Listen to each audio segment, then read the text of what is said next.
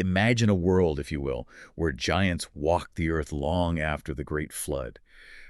Picture them influencing powerful kings, building these mighty cities with walls that seem to, scrape the sky, and forging alliances that really fundamentally shape the course of ancient history. It's a vision that often feels more like, well, fantasy novels than standard history, doesn't it? Exactly. But it's this profound layer of the biblical narrative in ancient history that our sources actually reveal is right there, almost hidden in plain sight. And it's precisely that often overlooked layer we're diving into today. Our sources, and we're drawing from quite a range here: biblical texts, historical accounts like Josephus, ancient Egyptian records, Ugaritic tablets, even some pretty intriguing Masonic lore. They really challenge many conventional understandings of those post-diluvian societies. They unveil this complex, interwoven tapestry of, well, giant lineages, hybrid human races, and the truly profound impact on the entire ancient Near East. That's right. So for this deep dive, our mission, yours and ours, is to quickly and thoroughly extract the most important nuggets of knowledge and insight from all this material. We're basically offering you a shortcut to being genuinely well-informed about a period that's just overflowing with surprising facts and those incredible aha moments. Yeah, the kind that genuinely make you rethink stories you thought you knew inside out. Absolutely. So for those of you joining us, get ready, because we are about to unpack quite a lot. Okay, so our journey begins almost immediately after the Great Flood with that deeply fascinating and frankly quite puzzling account of Babel City in Genesis chapters 10 and 11. Right, the classic Tower of Babel story. Yeah, and it's typically taught as a fairly straightforward story of human pride and divine intervention. But our sources, they hint at something far, far deeper going on, especially regarding these early post-diluvian giants and this really enigmatic figure at the center of it all, Nimrod. Indeed. The Genesis account lays out the stated purpose of Babel very clearly: make us a name, and, crucially, to prevent humanity from scattering across the earth. Right. Now, what immediately jumps out is that this objective directly contradicts God's foundational command in Genesis 9.1. The one given to Noah and his sons right after the flood: be fruitful, multiply, and replenish the earth. So right from the start, the whole Babel project was an act of explicit defiance. Exactly. Yeah. From its very inception. And when you look closely at the Hebrew definition of city, in this context, the word "ire," it's not just like a collection of buildings. It carries a much heavier meaning. It defines a place of anguish, terror, a place guarded by a waking watch. It actually derives from a root word, or no, which means to wake, watch, or incite. Okay. Now, what's truly striking here is that this is the very same root for watcher, or ire, and that's a term just loaded with significance from the pre-flood narratives, isn't it? Absolutely. That connection, wow, it raises a really crucial question, one that kind of reshapes our view of early civilization. Is it possible? One has to wonder whether the concept of these fortress city-states originated with the fallen watchers, or maybe Azazel himself before the flood. As part of the, arts of war, they supposedly taught the Nephilim. That's a truly profound point. Yeah. It challenges that common perception of post-flood society as just a clean slate. Right. It's a just continuity. And the Noahites' collective decision to huddle behind these massive walls for protection, it powerfully suggests a very significant and terrifying external threat was perceived. They weren't just building a city for, convenience or trade. No, definitely not. They were constructing a formidable fortress out of sheer, palpable fear. And when they declared their intention to make us a name, that Hebrew word Shem, the phrasing, directly echoes the men of renown, the Nephilim, from Genesis 6.4. This isn't just some random aspiration, It implies a continuity of a pre-flood mindset, a desire for a similar kind of identity or status, even after the deluge. It's almost as if the spiritual rebellion and the presence of these powerful entities hadn't truly been swept away by the waters. And at the very heart of this ambitious, rebellious project was Nimrod. The Bible describes him as the son of Cush, a mighty hunter who began to be a mighty one, Gibber. Gibber. And the fact that this description, mighty one or Gibber, is repeated 4 times, that feels like more than just emphasis on his strengths, doesn't it? Feels like it's trying to tell us something really specific about his nature. You're absolutely right to pick up on that. The repetition is incredibly significant. While Nimrod was human-born, not explicitly a Nephilim in the pre-flood sense, the term Gibber is fascinating. How so? Well, it can be, and sometimes is, translated as giant in other biblical contexts. Job 16.14 is one example. And crucially, it's the exact term used for the Nephilim, the Gibberim, back in Genesis 6.4. So the deduction here is pretty compelling. Nimrod, despite his human lineage, behaved very much like a giant. In his extraordinary physical talents, sure, but also his unmatched prowess, and maybe most tellingly, in his pervasive reign of terror. He wasn't just a strong leader. The sources suggest he was a powerful warrior, a tyrant, a chief imposing his will. And that other word you mentioned earlier, that obscure Hebrew word used for began, chalal, that's also quite telling, isn't it? Extremely telling. It's not just a benign word for starting something new. It carries a really heavy weight. To break your word or vow, to dissolve, pollute, violate, defile ritually or sexually. Wow. Yeah. So this isn't just about initiating a building project. It strongly infers a truly significant spiritual and perhaps even physical change in Nimrod. It suggests he actively fell from grace, in a manner quite akin to the Nephilim and the Nephilim, likely through the imposed Babel religion and maybe the binding oaths associated with it, leading him profoundly away from God. And his name itself, Nimrod. It's foreign, right? Meaning rebellion or valiant. That's the common understanding, yes. Of foreign origin, meaning rebellion, or perhaps valiant. Some historians even go further, suggesting it might have been a title, maybe like Ninmarada, meaning Lord of Marad, or even Kings of the World. A title adopted by later Chaldean emperors. Exactly, perhaps adopted from their antediluvian counterparts.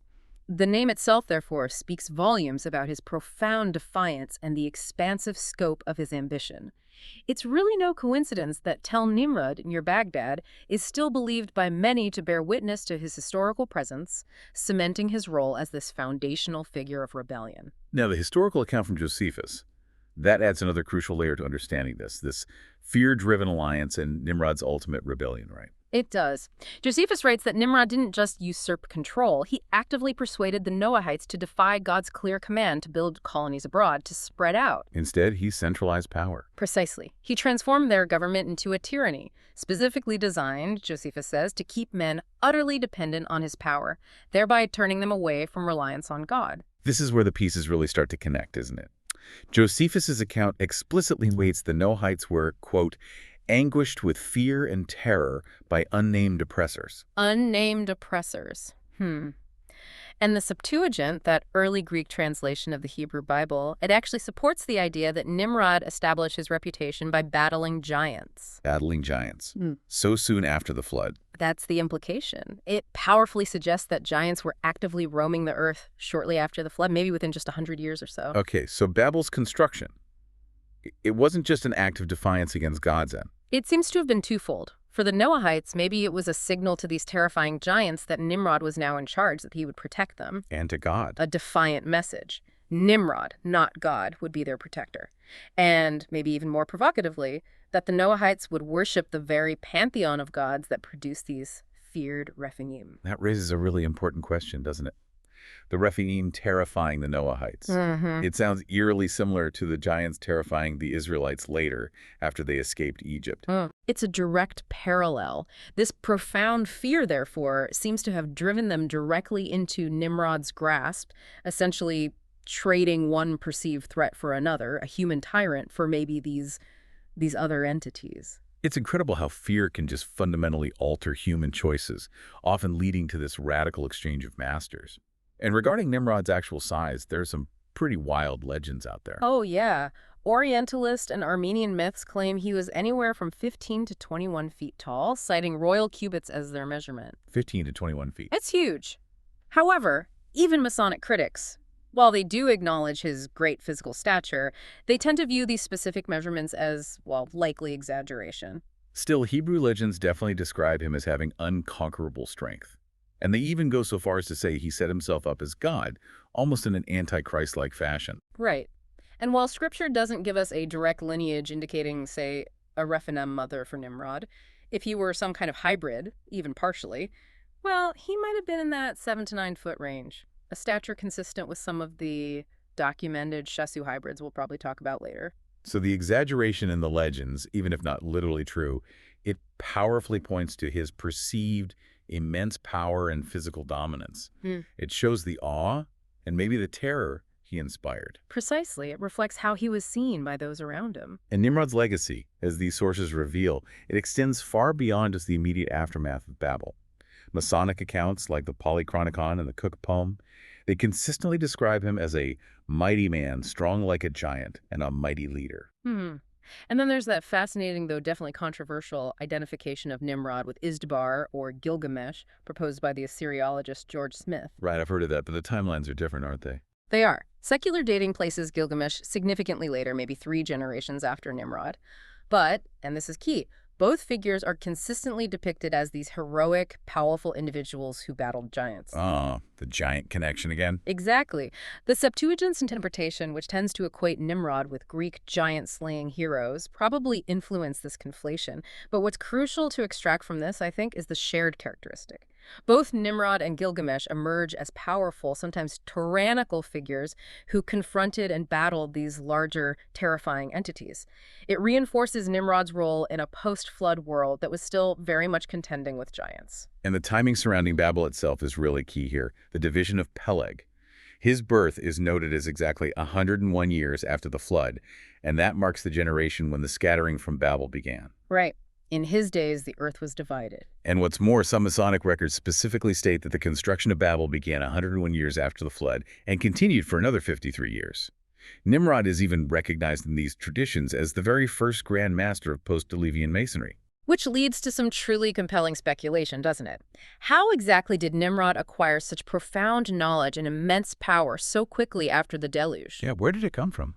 Our sources kind of ponder if antediluvian knowledge not carried on the ark, certainly not from Noah, was what somehow led to his falling away, his shalal, or perhaps it even directly abetted his enhanced strength and impressive size. That's a profound thought, a real opening into the deeper mysteries of this whole period. It is. And his shalal violations, that deliberate breaking of his covenant with God, they seem to have extended beyond just building a tower.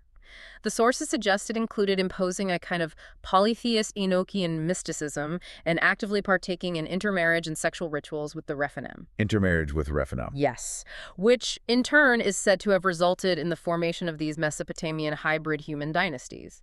Dynasties which often form strategic alliances with the fertility-challenged Rephaim dynasty. Fertility challenge, we'll have to come back to that. Definitely. And what's fascinating here, a really critical connection, is how this seems to tie directly to the Elamites and the Anunnaki overrunning Sumer shortly after 2450 BC.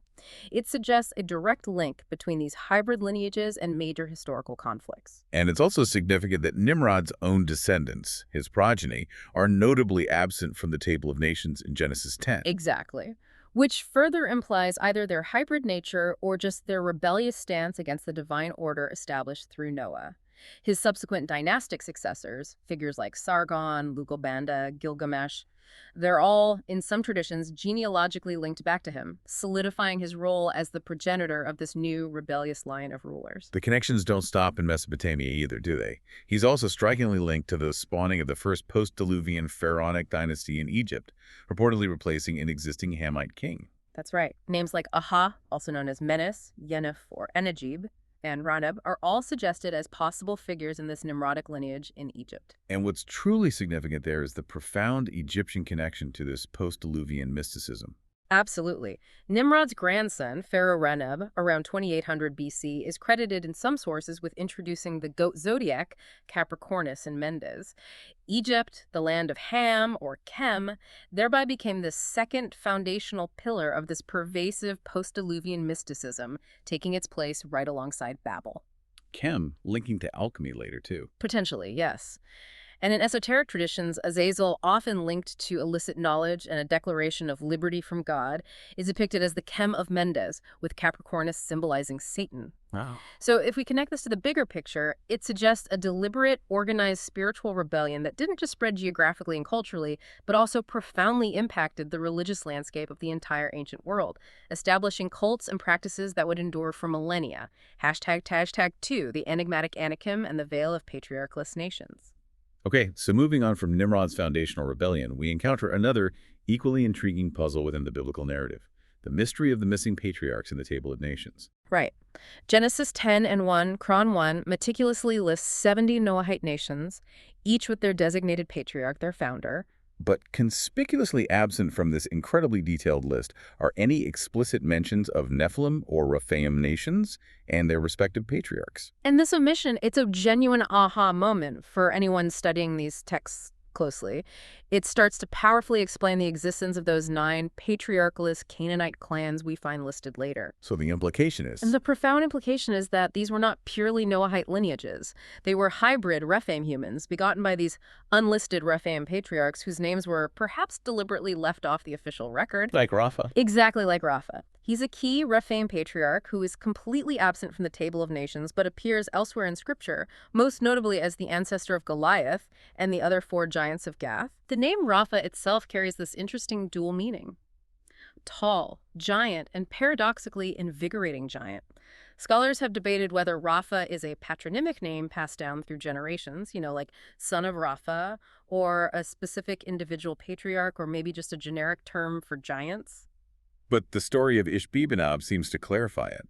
Well, the narrative surrounding Ishbi-benob, one of Goliath's brethren, strongly supports Rapha being a patronymic name, suggesting a distinct, identifiable lineage descending from an original Rapha. And what's particularly fascinating here is that dual nature of Rapha, its perplexing connection not just to, immense size, but also to healing and even the underworld. Yeah, that's a really strange twist. Some scholars link Rapha to underworld gods or perhaps an angelic patronymic. Kabbalistic astrology even connects Raphael, often known as the angel of the sun, to a sort of counterfeit healer of the earth, a figure maybe akin to the Greek Asclepius. A counterfeit healer. And this occult Raphael is further implicated in end times prophecy and is likely identifiable with figures like Rapuel, Rapiel, or Raphael names also associated with Baal, who was the Ugarit godfather of the Rapu, their ancestral spirits or giants. And sometimes depicted as a beast-like demon. Yes. This Raphael Rapuel figure is sometimes depicted that way, or as the progenitor of beast-like offspring. Josephus, in his historical accounts, he identified Ishbi-benob, one of Rapha's descendants, as Achman, the son of Araph. Araph. And Araph in Hebrew means something incredibly specific and, frankly, quite grim. To destroy, neck, and even to cut off the neck, as in behead. Beheading, that connects directly to the Rephaim king Og, right? And especially the Anakim, whose names mean neck or long neck. Exactly. It suggests a common, terrifying characteristic or maybe even a common practice associated with them. Which brings us to a really critical point for understanding ancient warfare against these giants.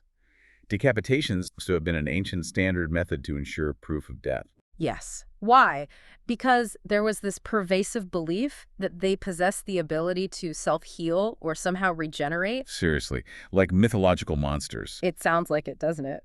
But look at the Sumerian stela of Yanadam, dating back to 2450 BC. It vividly depicts piles of severed heads. It was a gruesome but apparently effective way to ensure these terrifying entities were no longer a threat. And Assyrian kings boasted about it? They did. Ashurnasirpal II famously boasted of beheading hundreds of combat troops as a clear sign of his absolute victory. Yet this practice, decapitation, was abhorrent to Egyptian royals. Deeply abhorrent. They viewed it as a second death, something that completely terminated any aspirations for an afterlife, so they reserved it solely for their most hated enemies. Biblically, though, we see this practice well established from Joseph's time, and most famously, of course, David decapitating Goliath. And that Hebrew word for giant and maybe even demon spirit, Rapha, also means healer, as we discussed. This dual meaning directly ties into the perceived healing capabilities of pre-Christian royals, who were actually titled Rephaim, or Raphi Elohim. It shows this profound, fear-driven imperative to utterly destroy these entities, going beyond just physical death to annihilate any possibility of their return, whether physical or spiritual. So if Rapha is a missing patriarch from the Table of Nations, then so too is Arba, the Anakim patriarch. Seems likely, yes. His city was Kiriath Arba, which later became the famous city of Hebron, and it was home to other formidable Anakim kings like Sheshai, Ahiman, and Telmai. And Arba means fourth. Correct. It's defined as fourth, which could mean he was the 4th most significant among the Anakim men there in Kiriath Arba, or perhaps, as some suggest, even Rapha's 4th son, further cementing these hidden lineages connecting the different giant clans. The Anakim were, by all accounts, clearly distinct from the traditional Canaanites, weren't they? Oh, absolutely. They are consistently described as long-necked giants, a terrifying species of giants known for their extreme violence and warlike nature. And their physical appearance, as detailed in the Yeah, sources, it's quite striking. it really is. Pale skin, golden hair, often lightly bearded, and typically depicted wearing these distinctive striped cloaks and conical toques like hats. Talmai, one of the sons of Anak, is even depicted as tall and fair-skinned in Pharaoh Ormeneptah X's tomb in Egypt, which helps corroborate these unique physical traits. And Shishai, possibly 9 to 10.5 feet tall. 6 cubits. That's the estimation based on the cubit measurement, yes. Truly immense. Josephus's description of the Anakim of Kiriath Arba is genuinely chilling. It really underscores their perceived, well, otherness. Read what he said. It's quite something. He wrote that they had bodies so large and countenances so entirely different from other men that they were surprising to the sight and terrible to the hearing. And then he adds, the bones of these men are still shown to this very day, unlike to any credible relations of other men. Unlike any credible relations of other men. That phrase powerfully emphasizes their perceived angelic human hybrid nature as it was understood by the Judeans themselves. And the phrase sons, or children of Anak, refers to a much larger tribe spread across the Middle East known for their warrior craft. Yes, and their cities were consistently described as great high-walled fortress city-states, a direct parallel, again, to the fear-driven construction we saw at Babel. Polytheist sources go even further, don't they? Identifying the Anakim or Anakim as children of Anu, the Sumerian parent god. They do, and frequently as people of the stars. Sometimes they're called the Tuatha Danu, literally tribe of the Anu god, which directly links them to the Nephilim of the Shamaim, the heavens. And their origin is placed by some traditions in Scythia, way up north. Surprisingly, yes, suggesting vast migrations, perhaps. Furthermore, Mesopotamian Ditanu tribes, whose name itself means warlike, are known to have produced Ugaritic Rephaim kings, and their names actually appear in the lineages of powerful Babylonian kings like Amidatana and Samsudatana. Which raises another important question, doesn't it? Could the dead knights, who were a Cushite lineage, have intermarried with these Ditano Anakim to produce even more hybrid humans, thereby extending these incredibly powerful and terrifying bloodlines across even greater distances and different peoples? It's a very plausible scenario given the patterns we're seeing. And the Egyptians, despite their own formidable military might, they were clearly terrified of these Anakims. Oh, profoundly. Those Egyptian execration texts from around 1850 DC vividly document the Anakim's presence throughout Canaan and Palestine, and they consistently distinguish them from Canaanites or Amorites. They were so scared they've mentioned them multiple times in curses. At least 4 times. Depicting their enemies bound on jars and then ritualistically smashed in what were essentially, voodoo-like occult rituals designed to magically destroy them.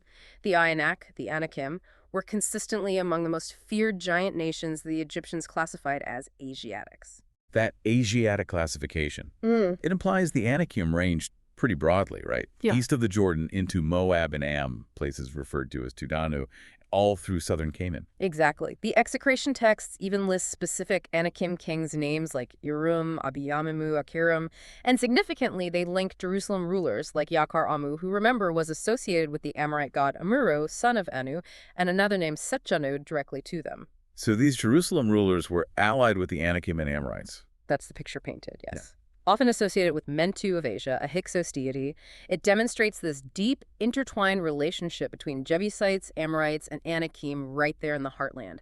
Even after the Israelite conquest, remember, the Anakim stubbornly remained in powerful cities like Gaza, Gath, and Ashdod. Right, Goliath was from Gath. Exactly. And Gaza, for instance, was famously expropriated by the Philistines from the Avim and Anakim who lived there before. So the consistent absence of Nimrod's, Arba's, and Rapha's progeny from the Table of Nations, it's entirely logical and consistent within this framework, most likely due to their pervasive intermarriage with perhaps female giants or other non-Noahite lines, making their lineages distinct from the standard patriarchal family tree. And then we encounter the Shasu, another intriguing group mentioned in Egyptian texts. Yes, the Shasu. They're extensively documented, especially in texts like the papyrus Anastasi Sur from Ramses II's reign around the 13th century BC. These texts show the Shasu dwelling in southern Canaan right alongside the Anakim, and they were consistently identified as enemies of Egypt. And they were present at Hebron, an Anakim stronghold, during the Israelite conquest. Notably so, yes, which is a very significant timing. And the Shasu had distinct physical traits too: blonde hair, blue eyes.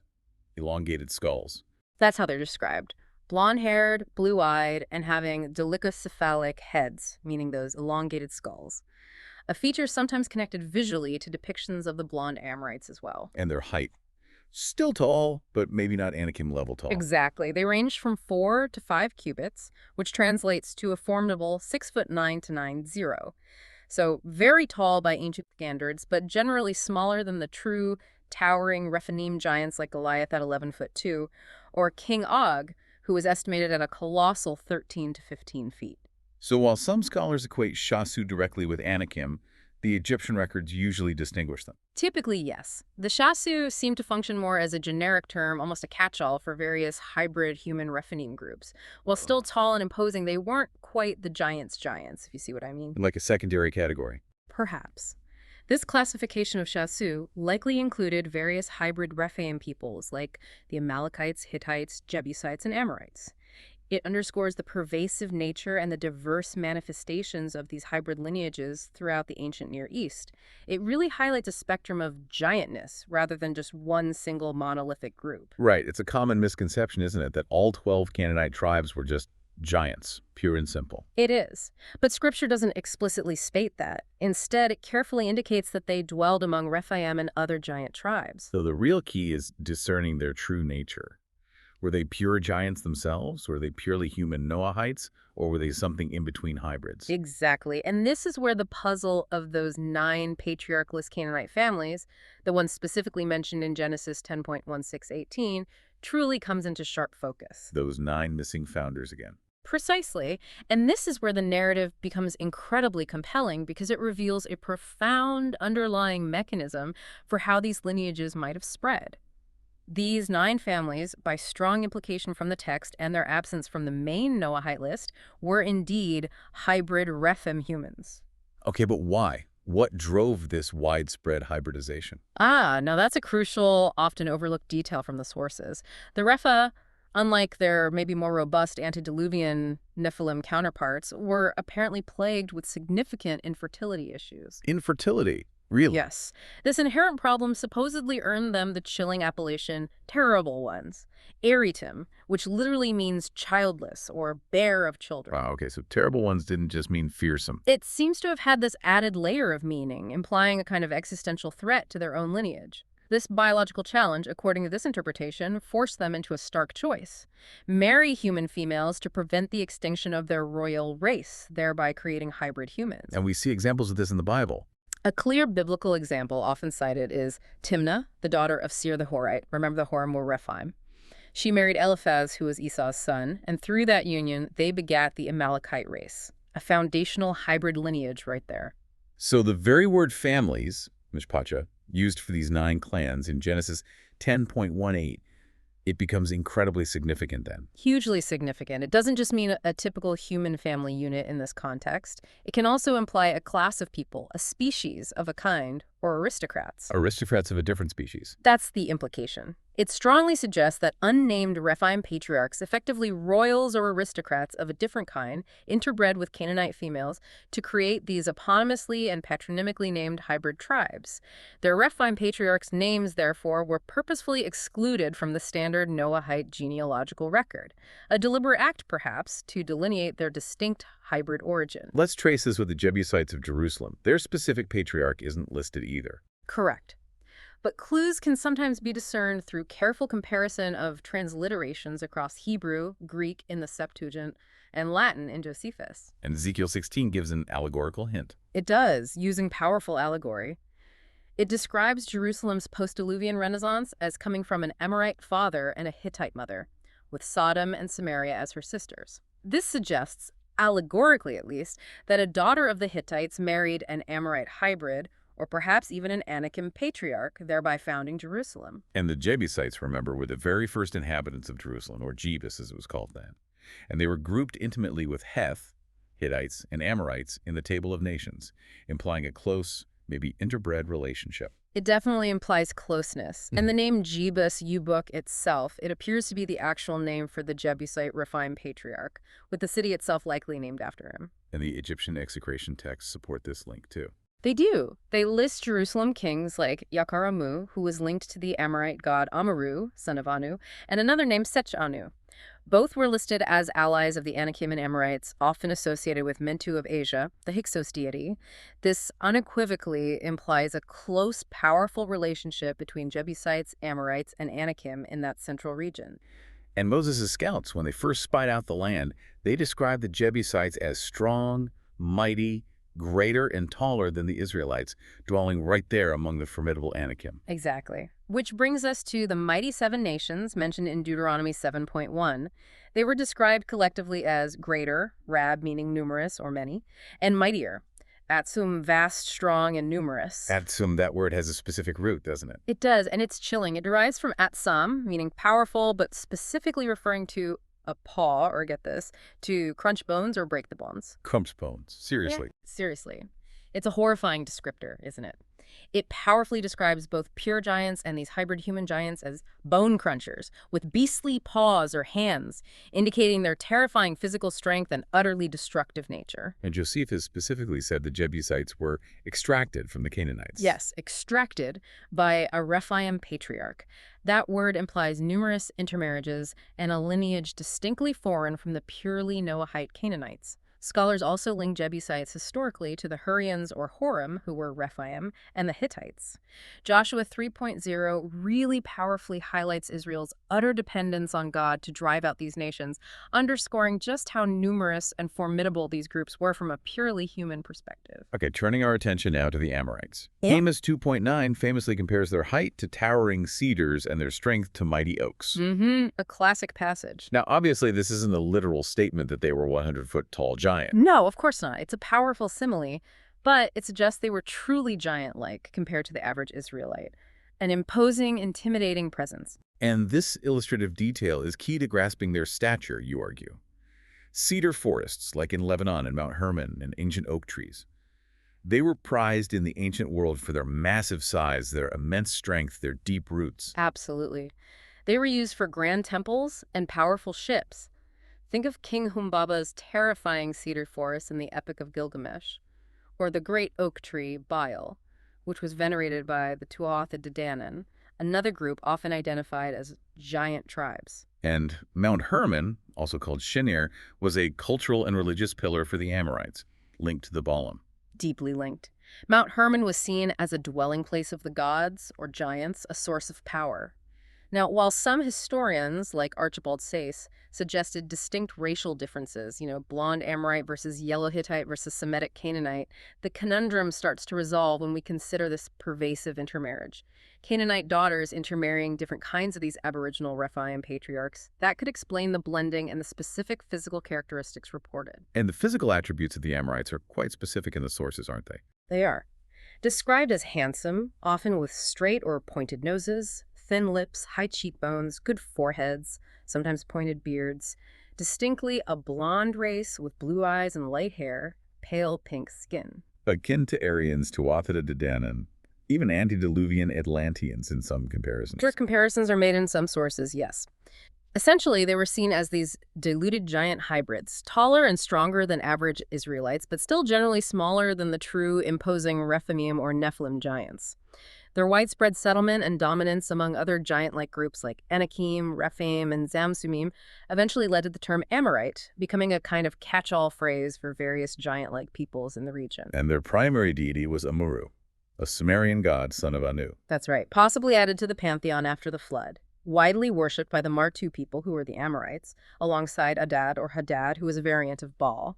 Amuru was very likely one of these postdiluvian Baalim, a direct spiritual offshoot from the entities associated with Mount Hermon. And the Rephaim kings Og and Sihon reigned over the Amorites from Mount Shinir around 1450 PC. That's the time frame given. They were likely among the last of the first-generation Rephaim giants from that specific lineage. It's even speculated that the War of Giants mentioned back in Genesis 14, where those 4 Mesopotamian kings defeated the Rephaim, may have influenced the later Amorite overthrow of earlier Mesopotamian dynasties. And the apocryphal Book of Jubilees even explicitly states that the Amorites replaced the Rephaim as the dominant power in the land. Interesting dynamic there. Even the renowned King Hammurabi, the famous Amorite king of Babylon, His name holds clues. It potentially does, yes. His name, Hammurabi, can be broken down. It might contain elements like Ham or Cham, from Ham, son of Noah, and Rapi or Rabi, which means healer in Akkadian, linking directly back to that Rapha, meaning invigorating giant, and Abi, meaning father. So putting it together. It's speculative, of course, but it could suggest something like a self-healing giant man-king, or perhaps a healing giant man-king of a paternal nation. This etymological link, if valid, connects him directly to that Ditanu or Didanu, Tuatha De Danann ancestral line, vividly demonstrating how deeply these potential hybrid origins permeated the ancient royal lineages across the entire Near East. Okay, so as we delve even deeper into the real intricacies of these ancient peoples, we encounter a collection of lesser-known tribes that nonetheless play a crucial role in painting the full picture of this Canaanite Confederacy. Like the Girgashites. They're one of the mighty seven, but scripturally we know very little about them directly. Very little. Their Hebrew name, Girgashi, is patrial, meaning it comes from a place or ancestor name, but it's derived from an unused name with an uncertain root. It makes them quite elusive in the text itself. But here's a truly surprising fact, isn't it? A detail from Jewish legend that really shifts our perspective on what happened to them. It really does. Jewish legends states the Girgashites were the only nation among those mighty seven to emigrate peacefully from Canaan. They went to Afrique, or North Africa, after Israel's conquest began. Peacefully. Why? This extraordinary decision was reportedly due to their belief in God's power being behind Israel and their desire to simply avoid direct conflict. This peaceful exodus, the story goes, led to a significant settlement that would eventually become the famous Phoenician city of Carthage. Wow.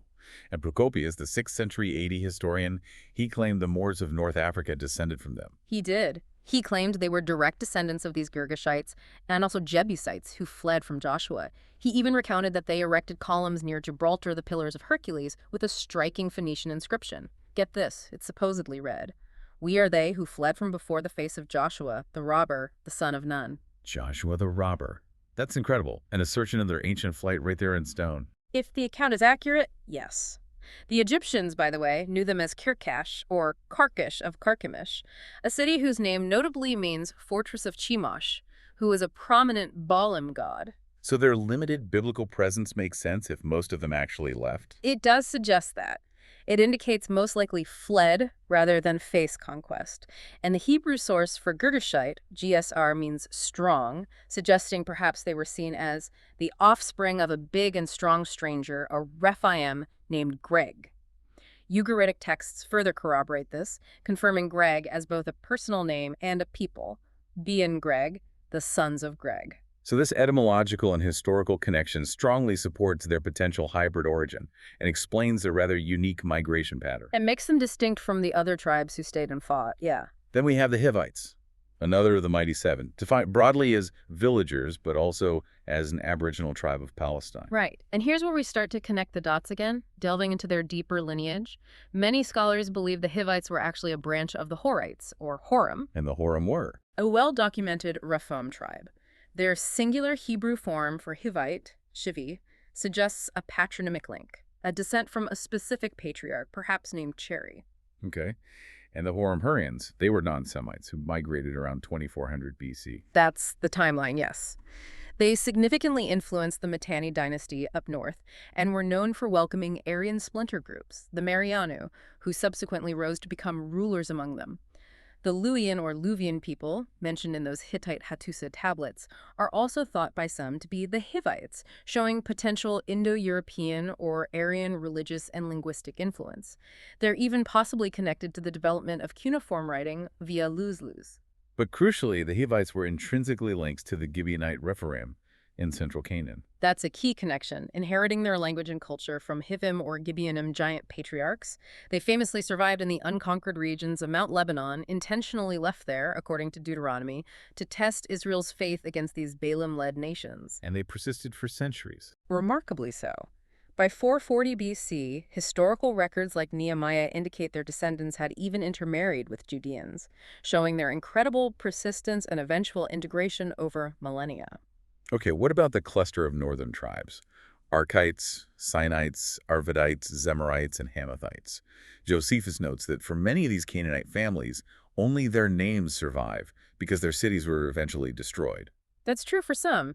These northern tribes were known to be closely affiliated with the Sidonians and Phoenicians, and they often had those distinctive, ruddy, white-skinned complexions mentioned in some descriptions. The Arkites, specifically from Ars in Lebanon, they have a particularly fascinating link back to Nimrod's territory. They do. Their Hebrew name Arki connects them directly to Erech, or Uruk, which was one of Nimrod's foundational cities and later famously ruled by powerful giants like Lugalbanda and Gilgamesh.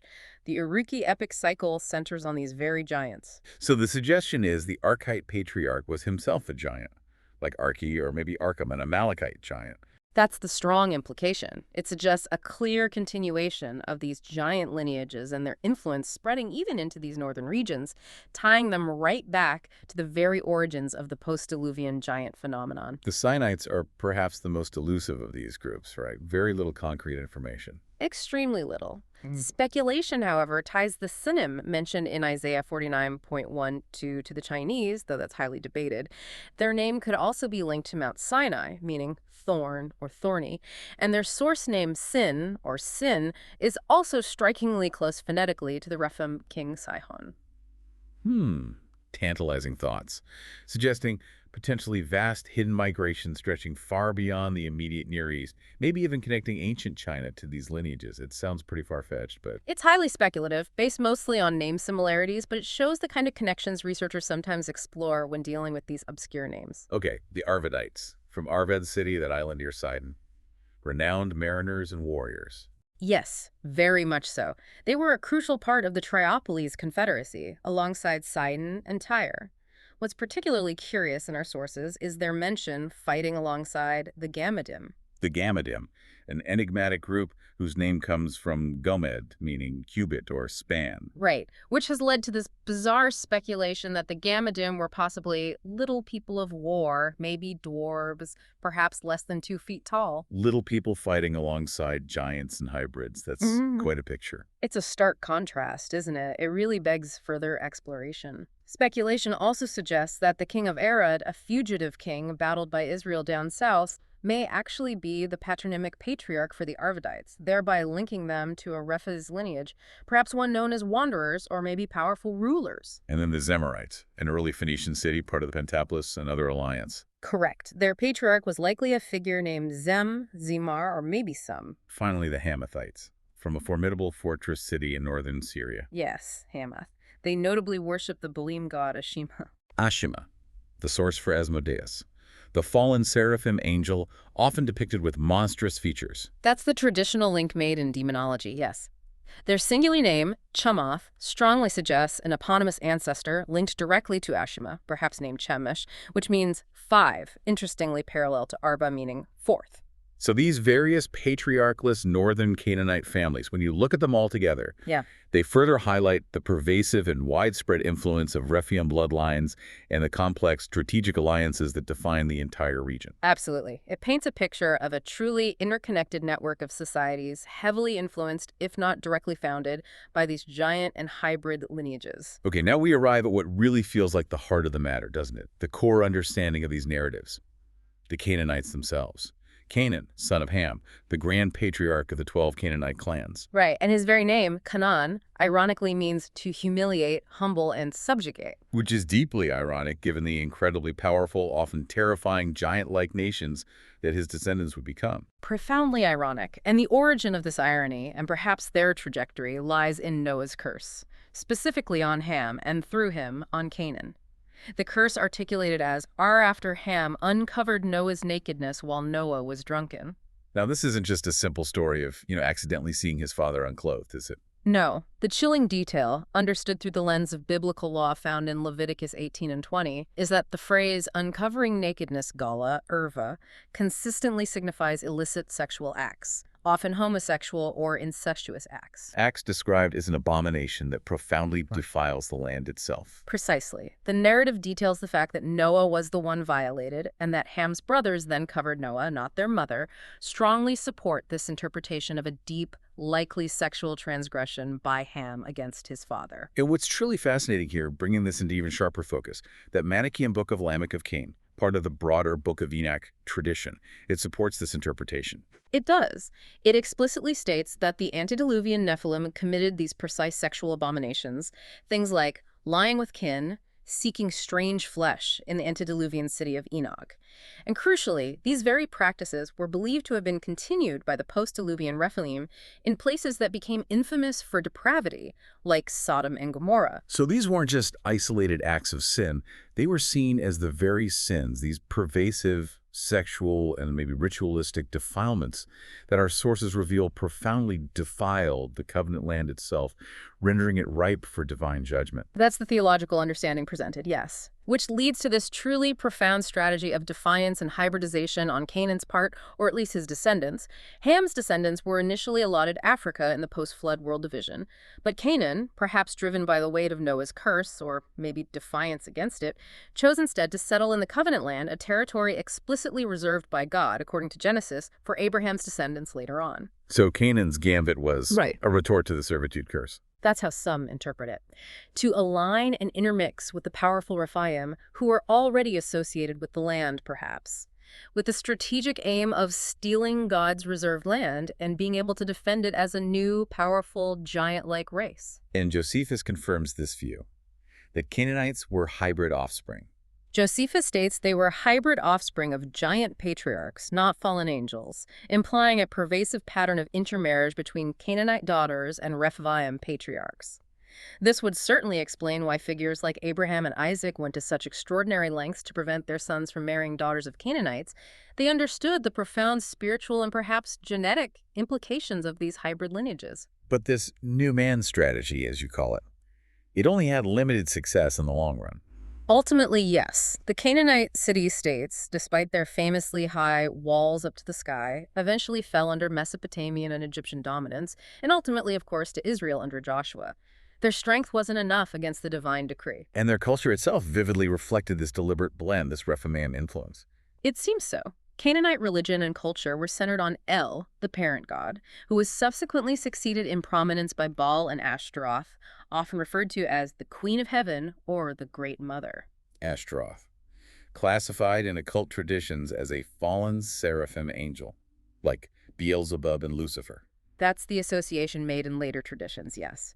Placing her alongside major demonic figures, it shows the profound spiritual darkness perceived to be permeating their worship system. And this is brought to life by archaeological evidence. Canaanite art showing serpentine Rephaim. It is quite striking. Some Canaanite art vividly portrays these serpentine-looking figures, sometimes with cobra-like heads, small mouths, and coffee bean eyes. They're often referred to in interpretations as divine beings or even demigod kings of the House of Dragons. Wow. And Ugaritic texts, while showing Canaanites were distinct merchants from the Rephaim-Ugarit civilization, they also show Ugarit culture overflowing into Canaanite culture. Exactly. The gods like El and Bel, the dynastic structures, the myths, they thoroughly permeated Canaanite culture. So in the end, Canaanite ultimately became a kind of catch-all name for these complex, hybrid human Rephaim offspring, representing a pervasive spiritual and genetic influence across the entire region. And finally, we see these profound prophetic echoes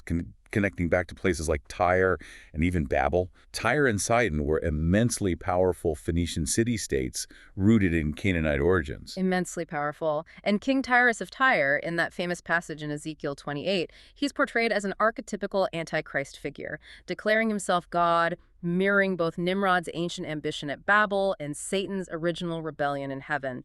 He is explicitly listed among the terrible ones, Eratim of the nations. So what does this all mean? What's the takeaway? Well, Ezekiel 32 describes the ultimate fate of the slain terrible ones, these Rephaim kings from the princes of the north and all the Sidonians.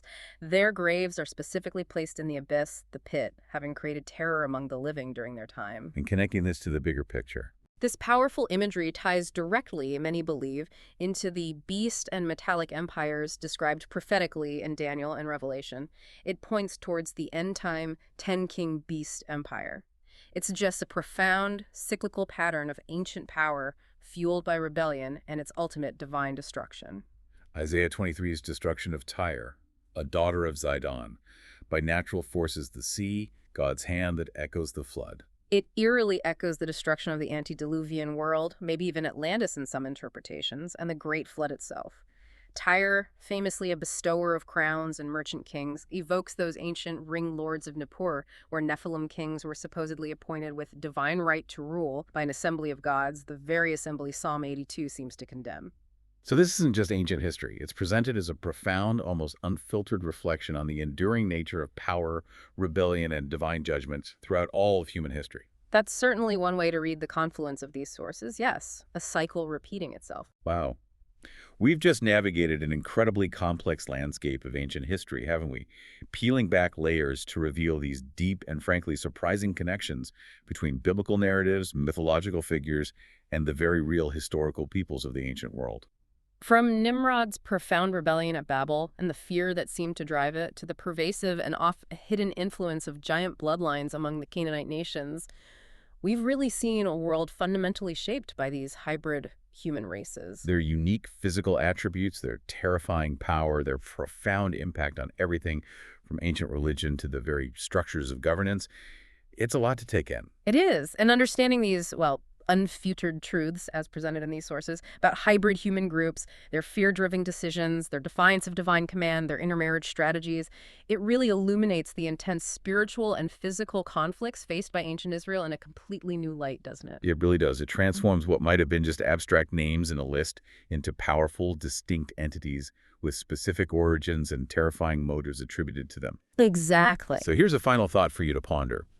If ancient power structures were so deeply intertwined with hybrid origins and these rebellious spiritual allegiances, what unseen forces or hidden origins might still be shaping societies today, just as these ancient lineages influence their world? That's a deep question. How does examining these deep dives into provocative insights challenge your conventional views of history and power? And what hidden connections, perhaps lying just beneath the surface of familiar stories, will you choose to explore next?